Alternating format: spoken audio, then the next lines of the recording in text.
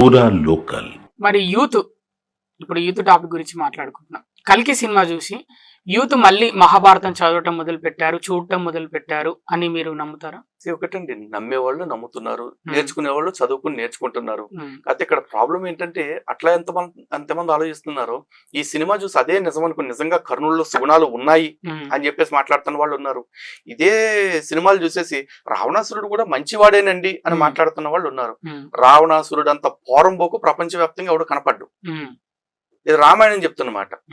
రామాయణం కాకుండా ఇప్పుడు రాముల వారి కథకైనా, రావణ కథకైనా, సీతమ్మ తల్లి కథకైనా రామాయణమే ప్రమాణం.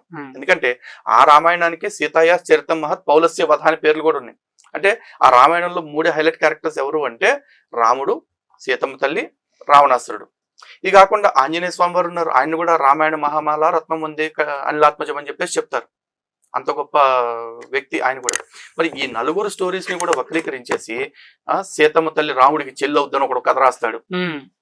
రావణాసురుడి భార్య రాముడు లేపుకొచ్చాడని ఇంకో లంజాకుడికి రాస్తాడు కదా. మా రాముడు మా సీతమ్మ గురించి ఇష్టారాజ్యంగా మాట్లాడుతుంటే మేము ఏం చేయాలి? మాట్లాడొద్దా? రాముడు ఎవరు? సుగుణాల రాసి ఈ దేశం మొత్తానికి కూడా ఎలా బ్రతకాలో ఎలా బ్రతకకూడదో నేర్పించిన వ్యక్తి. రాముడు దేవుడా లేకపోతే ఒక మనిషి దేవుడైన అతనే రాముడా? దేవుడంతటి వాడే సాక్షాత్తు మనిషిగా వచ్చినప్పుడు ఏవైతే అనుభవించాల్సి వస్తుందో అవి ప్రతి ఒక్కరు అనుభవించాల్సిందే, దేన్ని తప్పించుకోలేడు అంటూ మానవాళికి ఒక దిశానిర్దేశం చేసి వెళ్ళిన ఆయన కృష్ణుడు ఉన్నాడు. ఆయన మనిషి ఎలా బ్రతకాలో దగ్గరుండి పక్క నుండి చూపిస్తూ వచ్చాడు. అందుకే రాముడు చేసింది చేయాలి, కృష్ణుడు చెప్పింది చేయాలి.